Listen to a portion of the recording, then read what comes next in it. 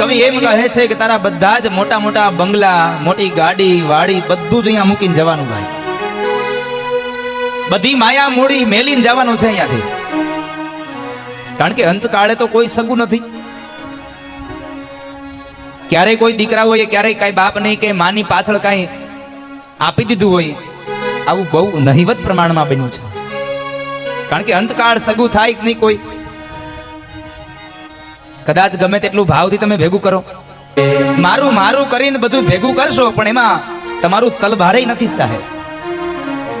ગમે તેટલું ભેગું કરશો પણ બધું જ અહીંયા મૂકીને જવાનું, અને ક્યારે જવાનું એનો કોઈ ભરોસો નહીં. અને મૃત્યુ થયા પછી આ શરીરને ક્યારેય કોઈ ઘરમાં નહીં રાખે. કદાચ ગમે તેટલો રૂપાળો દેહ હોય, કોઈ ઘરમાં નહીં રાખે. ક્યારે એવું સાંભળ્યું નથી હજી આપણે કે ભાઈ કોઈ બાપ મરી ગયો એટલે એના દીકરાએ એમ કીધું કે મારા બાપુજી મને બહુ વાલા હતા, બેદી ભલે રહ્યા. નહીં, એ તો બપોરે ગયા એટલે સાંજે પૂરું.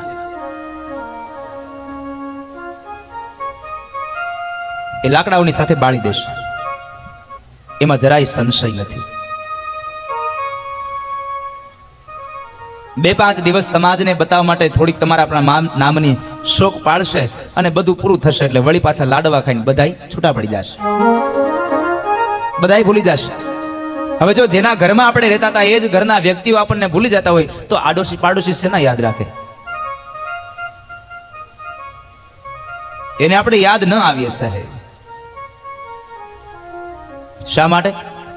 તારો દેહ રૂપાળો રે નહીં રાખે ઘરમાં ઘડી. આ પંચ મહાભૂતનો આ દેહ ઘરમાં નહીં રાખે સાહેબ. તારો દેહ રૂપાળો ઘરમાં રાખે નહીં ઘડી.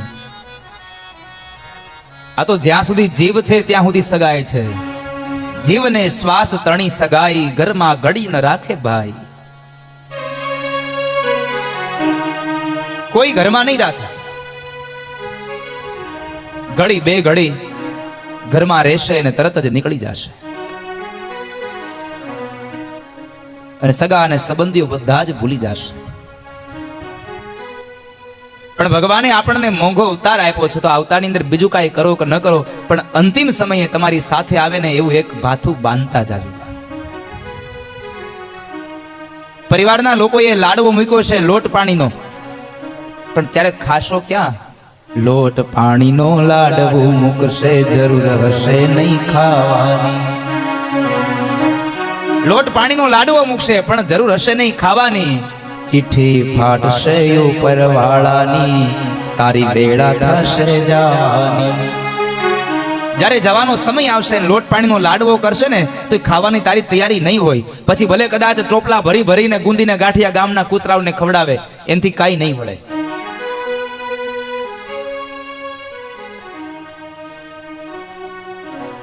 એનાથી કાંઈ નહીં મળે. કારણ કે એ સાથે નહીં આવે. સાથે તો માત્ર એક જ વસ્તુ આવશે, હરિનામ સંકીર્તનમ. અને આ કળયુગમાં મનુષ્ય અવતારને સાર્થક બનાવવા માટે બીજું કોઈ સાધન નથી. ભાગવતકાર કહે છે કલો કેશવ કીર્તનાથ. કળયુગમાં માત્ર ને માત્ર એક જ ઉપાય છે તમારો. ઈશ્વરના નામનું સંકીર્તન કરો ને તમારાથી થયેલા બધા જ પાપોમાંથી તમે મુક્ત બની જાઓ. નામ સંકીર્તનમ યસ્ય સર્વ પાપ પ્રણાશનમ, પ્રણામો દુઃખ શમનસ્તમ નમામિ હરિ પરમ. હે જીવાત્મા, તમે નામ લેશો ને તો તમારા બધા જ પાપો બળીને ભસ્મ થઈ જશે. નામ સંકીર્તનમ યસ્ય સર્વ પાપ પ્રણાશનમ. બધા જ પાપોમાંથી તમને મુક્તિ મળશે નામ લેશો તો. અને એ ભગવાનના નામનું નાણું તમારી ભેગું આવશે છેક સુધી. છેક સુધી તમારા સાથે એ ભગવાનના નામનું નાણું ભેગું આવશે. એટલે હરિના નામનું એ નાણું ભેગું કરી લેજો અને તમારા જીવનમાં થયેલા બધા જ પાપોને તમે ધોઈ નાખજો બાપ. કારણ કે જે નામ લેશે એનો ઉદ્ધાર થશે. એ रामचरित मानस में गोस्वामी कहे छे, नाम लिया उन सब लिया सभी शास्त्र का भेद, बिना नाम नर के गया पढ़ पढ़ चारो वेद। नाम लिया उन सब लिया सभी शास्त्र का भेद, बिना नाम नरके ગયા પડ પડ ચારો વેદ. જેને નામ લીધું છે એમનો ઉદ્ધાર થયો છે. નામ માત્રથી આપણો ઉદ્ધાર થાય. મારા ને તમારાથી થયેલા પાપો ધોવાઈ જાય. તો શા માટે ઈશ્વરના નામનો ગુણાનુવાદ ન ગાઈએ? પણ હું હંમેશા કહેતો રહું છું કે તમે પરમાત્માના નામનું સંકીર્તન કરો, પરમાત્માની પૂજા કરો, ભગવાનની સામે બેસીને તમે કદાચ પ્રાર્થના કરો, પણ પ્રાર્થનામાં ક્યારેય પણ તમે સ્વાર્થ ન રાખશો. નિસ્વાર્થ ભાવથી પ્રાર્થના કરજો. ભગવાન કો ચાહો લેકિન ભગવાન સે કુછ ન ચાહો. તમે ભગવાનને ચાહો પણ ભગવાનની પાસેથી કંઈ ન ચાહો. પણ આપણે તો ભગવાનને ઓછા ચાહીએ, ભગવાન પાસેથી જ કંઈક ચાહીએ. એક ઘીનો દીવો કર્યો તો આપણને કંઈક મળવું જોઈએ, નહીં તો ન ચાલે. ભગવાનને થાળ ધર્યો તો થાળમાંથી આપણને કંઈક મળવું જોઈએ તો ચાલે, નહીં તો ભગવાનને થાળ ન જમાડે. તમે ભગવાન માટે ગમે તે કર્મ કરો પણ એની સામે તમે અપેક્ષા ન રાખશો, કારણ કર્મ તમે કરો, ફળ આપનાર તો એની જવાબદારી છે. કર્મ કરવું એ તમારી જવાબદારી છે, ફળ આપવું જવાબદારી એની છે. કર્મણ્યે વાધિકારાસ્તે મહાફલેષુ કદાચન. શ્રીમદ ભગવદ ગીતામાં ભગવાન બોલ્યા છે, કર્મણ્યે વાધિકારાસ્તે મહાફલેષુ કદાચન, કે હે જીવાત્મા તું કર્મ કરતો જા અને તારું જેવું કર્મ હશે એ અનુસાર ફળ આપવાની જવાબદારી મારી છે. એની ચિંતા તું ન કરતો. પણ આપણે તો ફળની ચિંતા પેલા હોય કે હું ભગવાનને એક શ્રીફળ વધેરીશ તો મારું આ કામ થશે કે નહીં થાય. અને આપણે કોઈ દી કામ થયા પેલા શ્રીફળ વધેરાય ખરા? આવા દાખલા ખરા? માનતા જ આપણે એવી કરીએ કે હે ભગવાન ચાવીને જોડો જડી જાય 2 દીવા કરે, જડી જાય તો, નહીં તો રામ રામ. ના, આપણે આવી જ માનતાઓ કરતા મારું આ થઈ જાય તો અમે કરશું. અને આ તો રિશ્વત થઈ, વ્યવહાર થયો. તમે મારું કરો તો હું તમારું કરું. એટલે ભાગવતકાર કહે છે ભગવાન કો ચાહો લેકિન ભગવાન સે કુછ ન ચાહો. તમે પરમાત્માની પ્રાર્થના કરો નિસ્વાર્થ ભાવે, સ્વાર્થ ન હોવો જોઈએ. નિસ્વાર્થ ભાવથી પ્રાર્થના કરી હશે તો મારો કનૈયો જરૂર સ્વીકારશે, એમાં કોઈ સંદેહ નથી. પણ તમે પ્રાર્થના નિસ્વાર્થ ભાવથી કરી હશે તો. પણ આપણે તો ભગવાન પાસે કંઈક માંગતા જ હોય, કોઈ દી એને મૂક્યો જ નથી. એમને દીવો કરીએ ને હાથ જોડીએ ને આંખું બંધ થાય, જીભ ચાલુ કરે કે ન કરે, મન તો ચાલુ થઈ જ ગયું હોય, ભગવાન મને આ આપજો ને તે આપજો ને હજી આ બાકી છે ને હજી આ બાકી છે.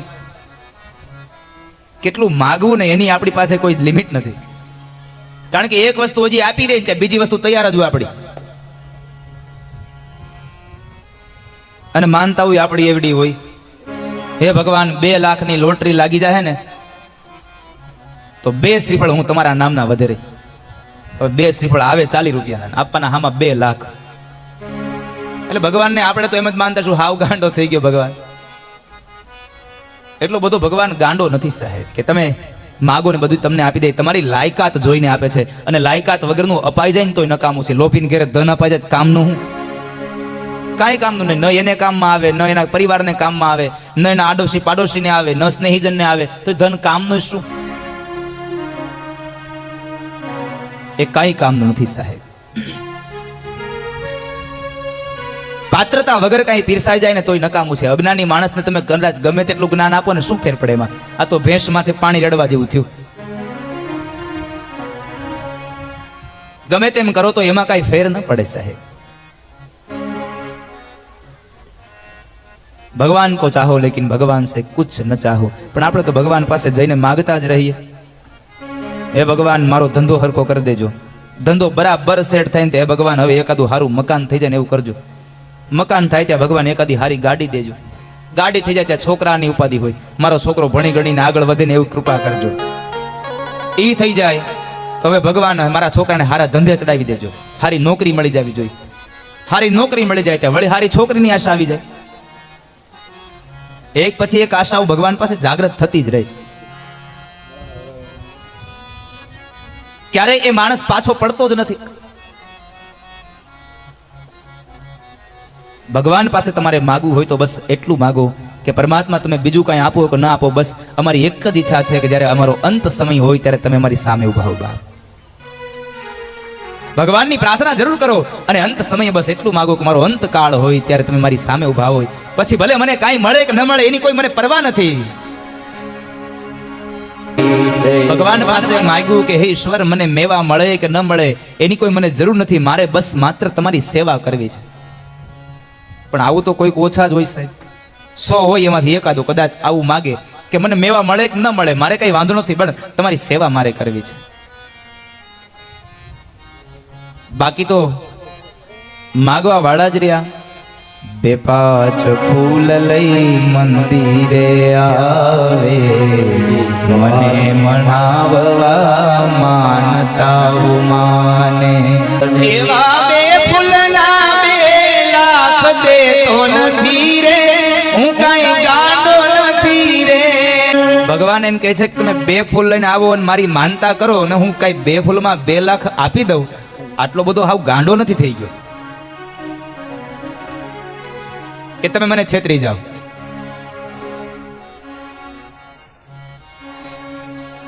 આ ઘાવ ભરીને તમે આઠાના ફગાવો કે મારી પિતળિયા જોતાય નથી. મૂઠડી લઈને જઈએ આપણે મંદિરે, અને વળી પાછી ગુપ્તદાનની મૂઠડી હોય. તો હા, મૂઠડી હોય ને ગુપ્તદાનની હોય. આમ મુઠ્ઠી ભરી હોય આમ, અને આમ લઈને જાય, કોઈને ખબર ન પડે ને. એટલે કેટલાક છે એમાં, ચકલીનું પેટ ભરા હે કે કબૂતરનું ભરા હે કે પોપટનું ભરા હે. અને તમે જોજો પણ મૂઠડી જ્યારે લઈને જાય ને ત્યારે કાંઈક નું કાંઈક આમ ઢાંક્યું હોય, અને ન્યા લઈને જાય એટલે પછી ડબ્બામાં અડધો હાથ નાખી દે. પછી આમ હાથને આમ મુઠ્ઠી આમ કરે ને તો એક દાણો પડે જ નહીં, કારણ કે પરસેવાના જેટલા હોય બધા ચોટી ગયા હોય, એટલા જ હોય. પછી હાથ આમ ઠપકારવો પડે. ભગવાન કહે છે ચપટી ચોખા લઈને આવો ને આ ઘા ઉભારીને આમ તમે આઠાના ઘા કરો તો ઈ કાંઈ મારે પિતળિયા જોતાય નથી તમારા. મેં જ તને આપ્યું છે ને તું મને પાછા વળી પાસેમાંથી આઠાના આપ. એટલે આપણી પાસે જે કાંઈ સંપદા છે ભગવાને ભાડે આપી છે સાહેબ. ક્યારે લઈ લેશે એનો કોઈ ભરોસો નથી, કારણ કે એ તો એનો માલિક છે. અને માલિક આવીને તો ગમે ત્યારે કંઈક લાવો ભાઈ મારી વસ્તુ, તો એમાં જરાય કઈ દુઃખી થવાની જરૂર નથી. આ તો આપણે એટલા દુઃખી થઈએ છીએ જાણે આપણું જ હતું. આપણે આવ્યા ત્યારે આપણી પાસે ક્યાં કાંઈ હતું, એ તો પછી આવ્યું એટલે આપણને કોકે આપ્યું, અને કોકે આપ્યું એ કોક લઈ જાય તો એમાં કઈ નવાઈ નથી. આ તો બધું ભાડાનું છે, અને ભાડાનું તો આજ નહીં તો કાલ ખાલી તો કરવાનું, એમાં ક્યાં સંશય છે. ભાડાનું મકાન હોય તો ખાલી કરવું જ પડે. પણ પરમાત્માની સાહેબ તમે પ્રાર્થના કરો તો ભાવથી કરજો, કારણ કે સાવ એટલો બધો સહેલો નથી એને મેળવવો. અને ભગવાન એમ પણ કહે છે કે હું કઈ એટલો બધો અઘરો નથી કે તમને કઈ ન મળું, પણ હાવ એવી જગ્યાએ તો ન. ભગવાન કહે છે કે તમે 5 રૂપિયાની ટિકિટ લ્યો ને એમાં મને જો આવો તો હું કઈ એમ દેખાવ એવો એટલો હાવ સસ્તોય નથી, એટલો બધો સસ્તો નથી હું તમને દેખાઈ જાઉં.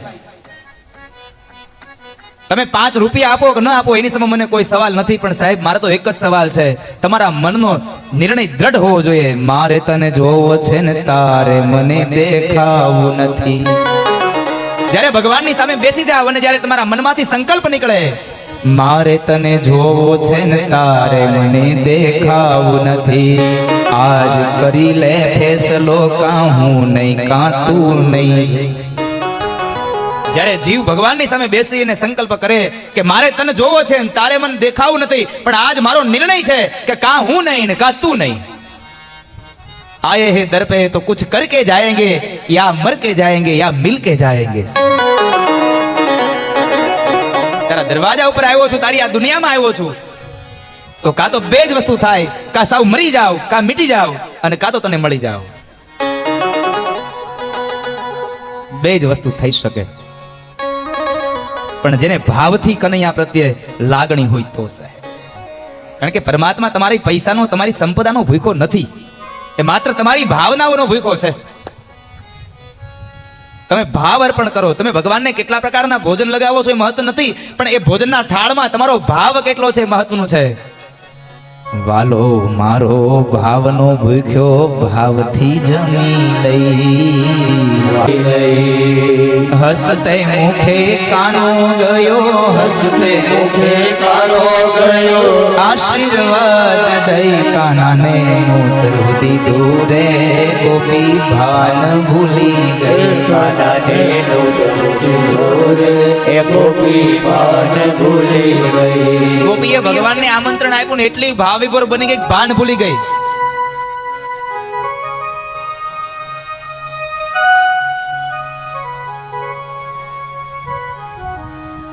ખંભે નાખી સાડી ગોપી પાણી ભરવા ગઈ. કવિ એમ કહે છે કે ગોપી આ સાડીને પોતાના અંગ ઉપર વીંટાળી નહીં પણ ખંભે નાખીને ચાલતી થઈ ગઈ. આજ મેં કનૈયાને નોતરું આપ્યું છે ને કનૈયાએ હા પાડી છે કે હા ગોપી હું તારી ઘરે જમવા આવીશ. કેટલી ભાવ વિભોર બની ગઈ. અને વળી પાછી એટલી ભાવ વિભોર બની કે ન્યા ગઈ અને ન્યા જઈને બેડા ભર્યા હતા એ મૂકી દીધા અને ઠાલા બેડા લઈને આવી. ભરેલા ભૂલી ગઈ અને ખાલી બેડા લઈને આવી. આવીને વળી પાછી એટલી ભાવ વિભોર બની ગઈ ભગવાનની રસોઈ મંડી બનાવવા. અને રસોઈમાં શું એને બનાવ્યું? ખોબો ભરીને મીઠું નાખ્યું ખીર ખારી થઈ. ખોબો ભરીને મીઠું નાખ્યું ખીર ખારી થઈ. પૂરી વણીને તૈયાર કરી પૂરી વણીને તૈયાર કરી. તળતા ભૂલી ગઈ કાનાને નોતરું ભાવે ઓતો પણ ભૂલી ગઈ. કવિરાજ એમ કહે છે ગોપીએ એવો ભાવ વ્યક્ત કર્યો કે ભગવાનની ખીર બનાવી પણ ખાંડ મૂક પગ પડતી અને નાખ્યું મીઠું ખોબો ભરીને.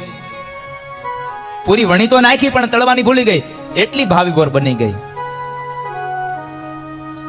વાલો મારો જમવા બેઠો આસન ભૂલી ગઈ. પાટલા ઉપર પીરસી આવી પાટલા ઉપર પીરસી આવી. થાળી ભૂલી ગઈ કાનાને નોતરું ભાવે ગોપી ભાન ભૂલી ગઈ. ભગવાનને પાટલા ઉપર પીરસી દીધું, આસન આપ્યું નહીં અને વળી પાછી ભગવાનની પેલા થાળી લઈને ચાલુ કરી દીધું. વાલા પેલા જમવા લાગી વિવેક ભૂલી ગઈ. જમી પરવારી પૂછવા લાગી જમી પરવારી પૂછવા લાગી. રસોઈ કેવી થઈ કાનાને નોતરું રે ગોપી ભાન ભૂલી. ભગવાનની પેલા જમવા લાગી ને વળી પાછી જમીન પાછી ભગવાનને કહે હે ભગવાન રસોઈ કેવી થઈ? અને કનૈયો એનું માથું ભાંગે એવો.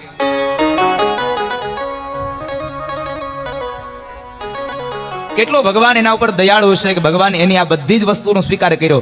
ખીરમાં મીઠું નાખ્યું તો એ ભગવાને સ્વીકાર કર્યો. પૂરી તળા વગરની આપી તો એ સ્વીકાર કર્યો. આસન આપ્યું નહીં, પાટલા ઉપર પીરશું તોય ભગવાને સ્વીકાર લીધું. કારણ ભગવાન કહે છે હું ભાવનાઓનો ભૂખ્યો છું, તમારી સંપદાનો નહીં બાપ.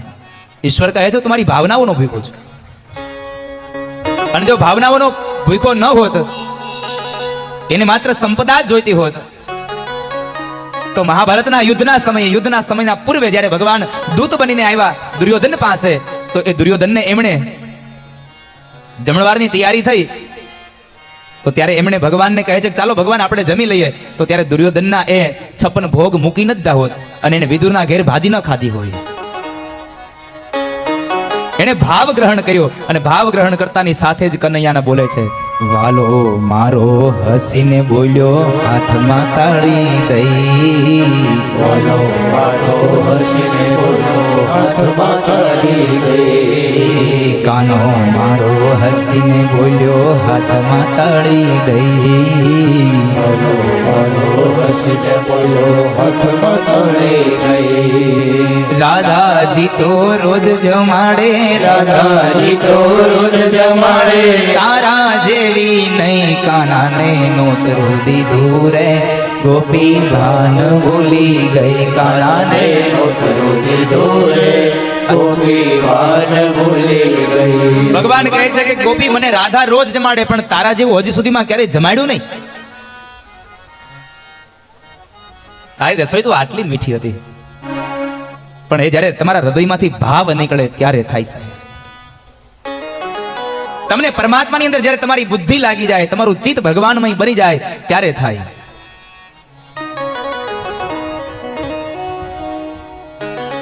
ઘડીક અહીંયા અને ઘડીક ત્યાં એમ નહીં થાય સાહેબ.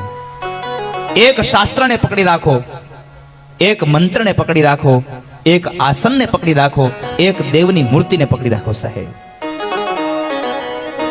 મહાપુરુષો કહે છે કે આ શાસ્ત્રમાં, આ જગતમાં શાસ્ત્ર કોઈ હોય તો માત્ર એક ભગવદ ગીતા છે. આ જગતમાં કોઈ ઈશ્વર હોય તો માત્ર એક કૃષ્ણ છે, નંદન છે. તમારું કર્મ છે અને કર્મ પણ એક જ છે, માત્ર ને માત્ર નંદનંદનની સેવા કરો, મારા ઠાકોરની સેવા કરો. સેવા કરી લ્યો, એના ગુણાનું વાદને ગાઈ લ્યો, એને ભાવથી બોલાવી લ્યો. કેટલા લોકો માનો છો કે તમે અંતરથી અવાજ કરો ને કનૈયો ન આવે? કેટલા લોકો માનો છો આવું? કેટલા એવું માનો છો કે તમે બોલાવો ને કનૈયો આવીને ઉભો રહે? માનતાય નથી ને માને છે. બોલો, આ બેમાં નરોવા કુંજરવા.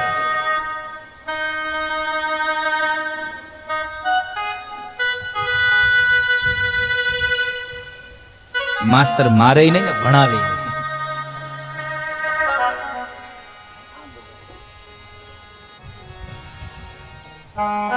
ભગવાન અંતરથી એમ કહે છે કે હે જીવાત્માઓ, તમે એકવાર મને અંતરથી બોલાવો, પછી તમે જોઈ જોજો હું ક્યાં નથી આવતો.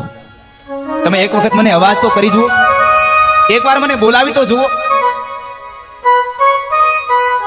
તમારા હૃદયનો ભાવ હોવો જોઈએ.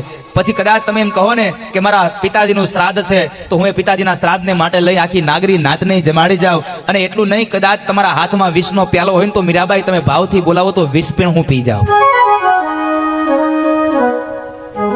અરે કદાચ મીરાબાઈના એ વિષ પી જાય એમાં નવાઈ નથી. નરસિંહ મહેતાના પિતાશ્રીનું શ્રાદ્ધ કરાવી જાય એમાં નવાઈ નથી. પણ મને નવાઈ તો ન્યા લાગે છે કે જેને પૂર્ણ પુરુષોત્તમ કહીએ છે એ પૂર્ણ પુરુષોત્તમ શકુબાઈનું રૂપ લઈ અને છાણ વાસીદા કરી જાય. બસ આનાથી વિશેષ શું બની શકે સાહેબ?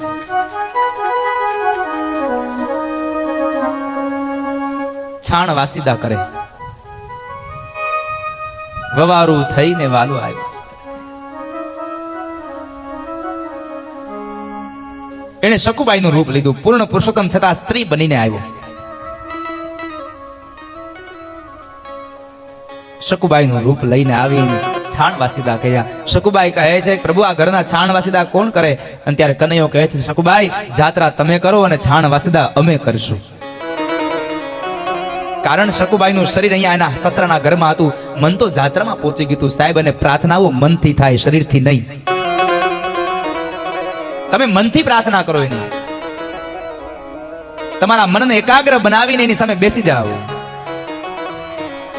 તમારી આજુબાજુમાં શું છે ને ભૂલી જાઓ, તો તમને પરમાત્મા મળે. એમાં ગંગા સતી કહે છે મેરું તો ડગે પણ જેના મનડા ડગે નહીં પાનવા ભાંગી રે પડે ભલે બ્રહ્માંડ.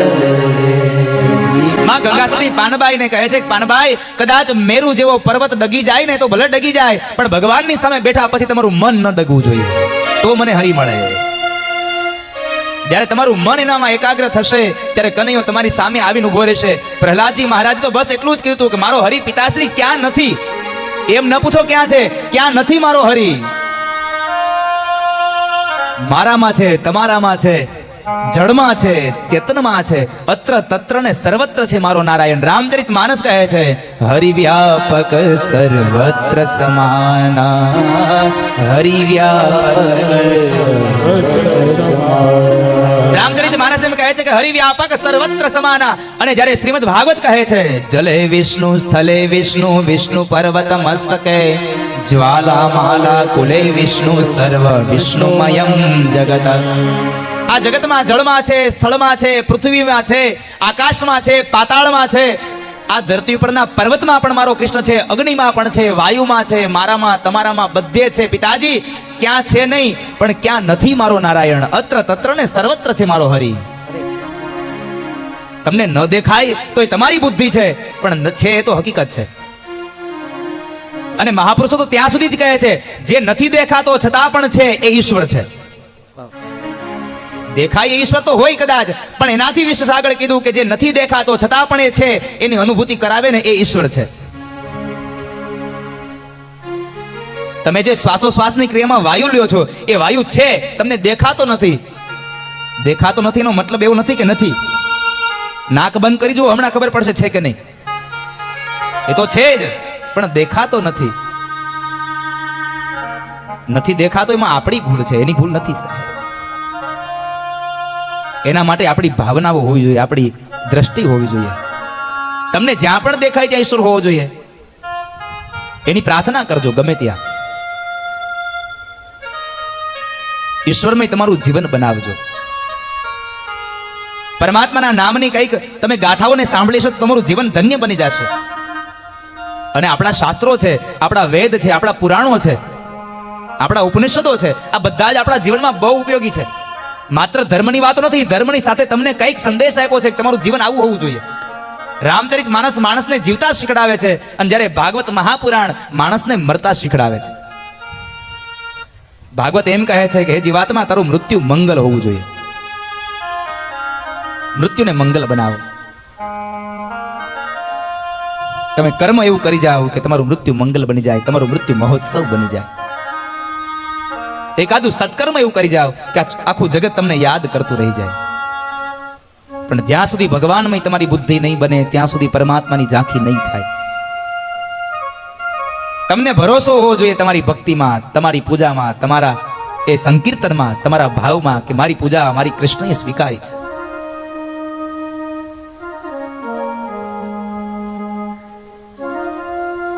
તમને ભરોસો હોવો જોઈએ. તમારું મન ઈશ્વરમય હોવું જોઈએ. અને ભરોસા વગરની ભક્તિ ક્યારેય થશે નહીં. બેનો વિશ્વાસ ભક્તિ ન હોય. રામચરિત માનસ કહે છે બેનો વિશ્વાસ ભક્તિ ન હોય. તમને વિશ્વાસ નહીં હોય તો તમારી ભક્તિ કાંઈ કામ નહીં કરે. તમને ભરોસો હોવો જોઈએ. અને વૈષ્ણવ સંપ્રદાય કહે દ્રઢ ન ચરણ ન કેરો ભરોસો.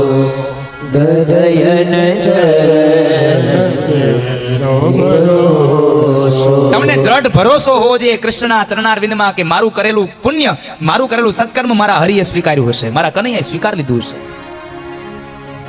જ્યારે આવો ભરોસો હશે તમને, ત્યારે પરમાત્મા તમારી પ્રાર્થનાઓનો સ્વીકાર કરશે, ત્યારે તમારું જીવન ધન્ય બનશે. આવી ભાગવત ગાથાઓને, આવી ધર્મની કથાઓને સાંભળીને તમારું જીવન ધન્ય બનશે. અને આવો જ ઉપદેશ છે મહાપુરુષોનો કે ભાઈ તમારું મળેલો મનુષ્ય અવતાર સાર્થક બનવો જોઈએ. કારણ કે બહુ મોંઘા મૂલો અવતાર મળ્યો. દુર્લભમ માનુષો દેહો દેહી નામ ક્ષણભંગુર. બહુ મોંઘા મૂલો અવતાર મળ્યો ને એમાં પણ વળી પાછો દુર્લભ છે અને ક્ષણભંગુર છે. આ ક્ષણભંગુર અવતારમાં પણ તમને સુલભ મળ્યું. શું?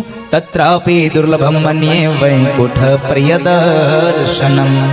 તમે જેના ગુણાનુવાદ ગાવા માટે બેઠા છો એ કનૈયાની વાત છે સાહેબ, કે તમે એના ગુણાનુવાદને ગાઈ શક્યા છો. મનુષ્ય અવતારમાં દુર્લભ કોઈ વસ્તુ હોય તો માત્ર ને માત્ર હરિકીર્તન છે.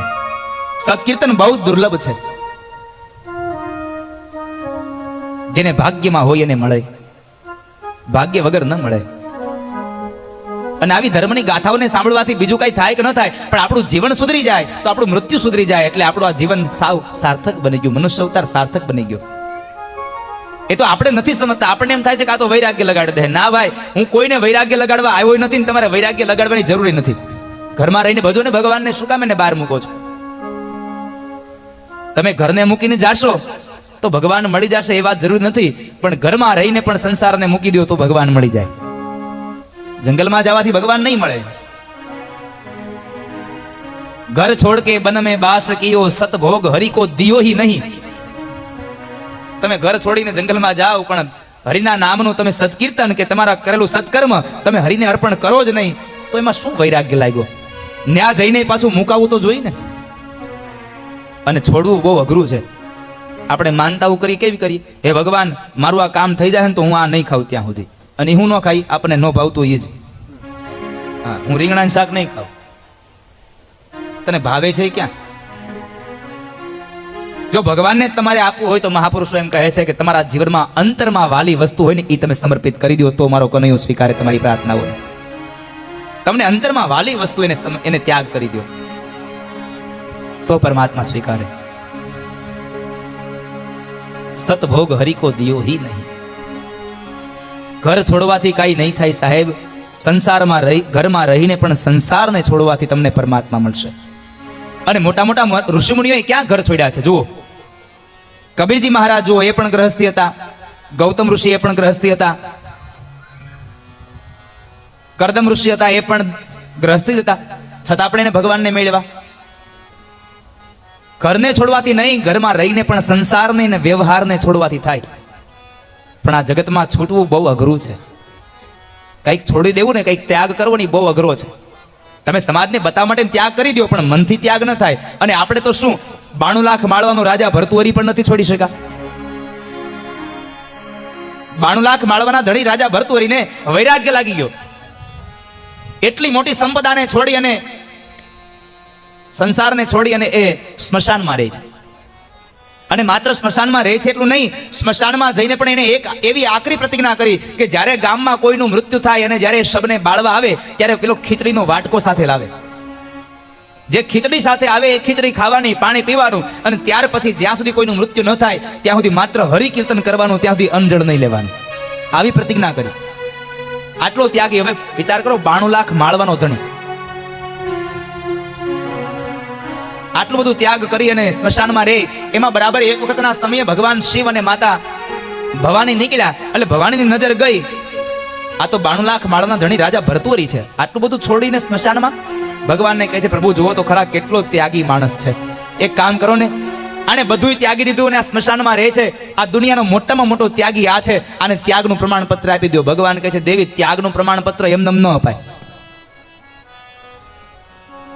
ભવાનીની વાત માનીને એટલે ભવાનીને જરાક દુઃખ લાગ્યું. ભવાની કહે છે, ભગવાન આમે તમે કોઈથી મારી વાત માની ખરી?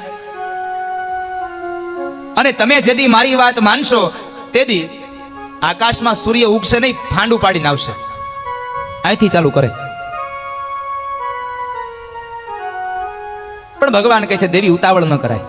કઈ વાંધો નહીં, થોડા દિવસ વ્યતીત થયા, 1-2 મહિના થયા અને ગામની અંદર કોઈનું મૃત્યુ થયું નહોતું. ને એમાં બરાબર હવે 2-3 મહિના પછી એક મૃત્યુ થયું. એટલે ડાઘુઓ બરાબર એના શબને લઈ અને બાળવા જાય છે. જ્યારે બાળવા જઈ રહ્યા છે ને એ શબને બાળી અને ડાઘુઓ નીકળી ગયા, બધા ઘરના પરિવારજનો નીકળી ગયા. એટલે પેલો ખીચડીનું પાત્ર હતું એને લઈ અને ખીચડી બનાવી અને જે ખાવા જાય ત્યાં જ બરાબર ભગવાન શિવ અને માતા ભવાની આવ્યા ભિક્ષુકના રૂપમાં. આવી અને ભગવાન શિવ ભિક્ષુકના રૂપની અંદર બોલ્યા છે કે ભાઈ, બહુ ઘણા દિવસોથી મેં ભોજન કર્યા નથી, ભોજન મળશે? હાથમાં રહેલું ખીચડીનું પાત્ર, જમણા હાથમાં રહેલો એ ખીચડીનું કવન ફરી પાછું પાત્રમાં મૂકી અને પાત્ર ભગવાન શિવના હાથમાં આપ્યું કે લ્યો ભાઈ, આજ તમે જમી લ્યો, હું આજ માત્ર જલપાન કરી લઈશ, હું જળ પીને મારો નિર્વાહ કરીશ. આટલા દિવસનો ભૂખ્યો માણસ અને હાથમાં આવેલું એ ખીચડીનું પાત્ર એમણે ભગવાનને આપી દીધું. આ દ્રશ્ય જોઈને ભવાનીએ સામું જોયું, હવે આપવું છે કે નહીં ત્યાગનું પ્રમાણપત્ર? આટલા દિવસનું ભૂખ્યો હતો તોય તમને જો આપી દીધી ખીચડી, હવે તો આપી દો. ભગવાન કહે છે, દેવી ઉતાવળ કરો માં. અને ભવાનીનો મગજ ગયો, શું ઉતાવળ કરો માં? 3 મહિનાનો ભૂખ્યો માણસ અને તમે એક વખત ખીચડી માગી તો બધી ખીચડી તમને આપી દી અને તમે હજી એમ કહો છો ત્યાગમાં પ્રમાણપત્રમાં ઉતાવળ ન હોય? નિરાત તો રાખો. ભગવાન ખીચડી આરોગી ગયા. અને બરાબર એ સમયે રાજા ભરતુરી પાણીનું પાત્ર લઈને પાણી પીવા જાય ત્યાં ભગવાન બોલ્યા, હે ભાઈ, જમાડ્યા તો ખરા પણ હવે પાણી નહીં પીવડાવો? તમે જળ નહીં આપો? હાથમાં રહેલું જળનું પાત્ર ભગવાનને આપ્યું, લ્યો આ તમે બધું લઈ જાઓ, હું ફરી પાછો ક્યારેક જમી લઈશ અને પાન કરી લઈશ. ભગવાને થોડું જળ પીધું, બાકીનું વધેલું પાણી બધું હાથ ચાય કરીને હાથ ધોવામાં ઢોળી નાખ્યું. ઓલા વાટે વધે નહીં. ભગવાને બધું જળ ઢોળી નાખ્યું. ભવાનીએ તરત જ કોણી મારી. હવે ભગવાન કહે છે, દેવી ઉતાવળ કરો માં. પ્રમાણપત્રમાં ઉતાવળ ન કરાય. ત્યાગનું, એમાંય ત્યાગનું પ્રમાણપત્ર છે, આમાં ઉતાવળ શાની? અરે પણ તમે ખીચડી માંગી તો ખીચડી આપી દીધી, જળ માંગ્યું તો જળ આપી દીધું, હવે શું છે? ભગવાન કહે છે, છેલ્લી વાર ભવાની. અને ભગવાને પાણી ઢોળી નાખ્યું. પછી બોલ્યા, ધન્ય છે ભાઈ તારા ત્યાગને, ધન્ય છે. 3 મહિનાનો ભૂખ્યો હતો છતાં મેં પાણી માંગ્યું, ખીચડી માગી તો ખીચડી આપી દીધી, પાણી માંગ્યું તો પાણી આપી દીધું. ધન્ય છે તારા ત્યાગને, ધન્ય છે તારા ત્યાગને. ભગવાને 2-3 વખત ત્યાગને બિરદાવ્યો ને, ધન્ય ધન્ય કર્યો ને, ત્યાં જ રાજા ભરતુરી બોલ્યા છે, અરે ભાઈ, આ ખીચડીને પાણી શું વિશાદ છે? હું તો 92 લાખ માળવાનો ધણી, 92 લાખ માળવો મૂકીને આવ્યો હોય તો ખીચડીને પાણી શું છે? ભગવાને કીધું, જો ભવાની આ બીમારી છે, મૂકીને આવ્યો છે પણ હજી ભૂલ્યો નથી. મૂકીને આવ્યો છે પણ ભૂલ્યો નથી. માત્ર મૂકવાથી નહીં સાહેબ, ભૂલવાથી થશે. પરમાત્માના નામની તમને માયા લાગી જવી જોઈએ. 12 વાગે નંદ ઉત્સવ કરવો છે.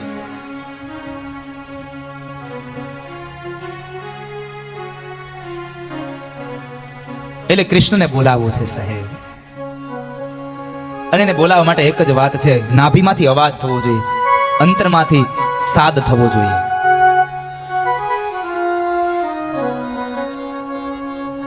અંતરમાંથી અવાજ થવો જોઈએ. અને બોલાવ્યા વગરનું કોઈ ન આવે, પાડોશી ન આવે તો આ તો બહુ દૂર રહી છે.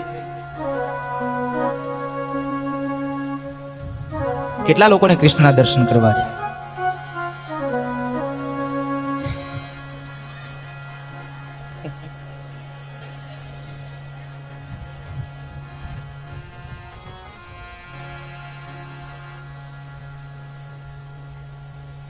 દેખાય તો તમારી નજીકમાં છે, ન દેખાય તો તમારી અંદર પણ નથી સાહેબ.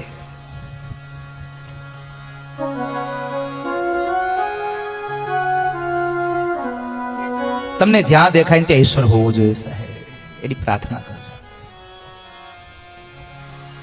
ગમે તે સ્વરૂપે ગમે ત્યાં વિરાજો, ગમે તે સ્વરૂપે ગમે